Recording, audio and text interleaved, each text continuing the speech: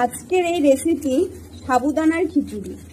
আমি বড় দানার সাবু নিয়েছি, ছোট দানার সাবুও নেওয়া যেতে পারে। যারা উপোস করে খালি পেটে থাকতে পারেন না তারা এই রেসিপি সন্দক লবণ দিয়ে এবং হলুদ গুঁড়ো না দিয়ে বানিয়ে খেতে পারেন। সাবুদানাটাকে আমি রাত্রেই ভিজিয়ে রেখেছিলাম আর বানানো 2-3 ঘন্টা আগে আমি জল ঝরানোর জন্য রেখে দিয়েছি। এর জন্য চাই কাঁচা লঙ্কা, ছোট ছোট করে কাটা আলু, গোটা জিরে, আদা, চিনেবাদাম, হলুদ গুঁড়ো, নুন। প্রথমে আমি বাদামটাকে খালি কড়াইয়ের মধ্যে ভেজে নেব।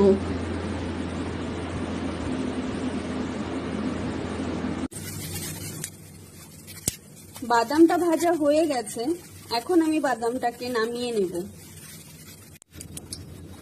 এবার আমি কড়াইয়ে তেল দিয়ে তেল গরম হলে জিরে ফোড়ন,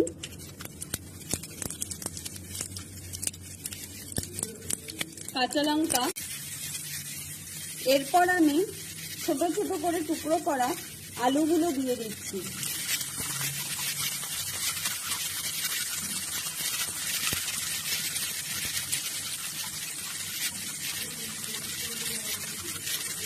আলুগুলো দিয়ে আমি হালকা ভাজা ভাজা করে নেব।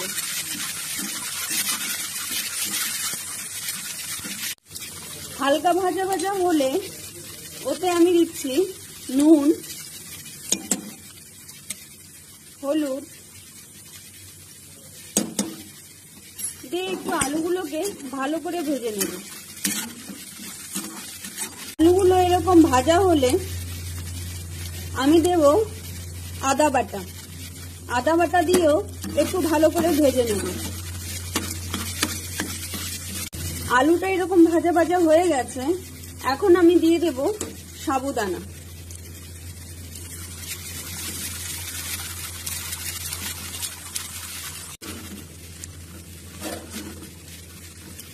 সাবুদানাটা দেওয়ার পর আমাকে ভালো করে নাড়াচাড়া করতে হবে, না হলে নিচে লেগে যাবে। সাবুদানাটাকে একটু তাড়াতাড়ি নাড়তে হবে যাতে নিচে না লেগে যায়। সাবুদানাটা এরকম ভাজা হলে আমি দিয়ে দেব ভেজে রাখা বাদাম।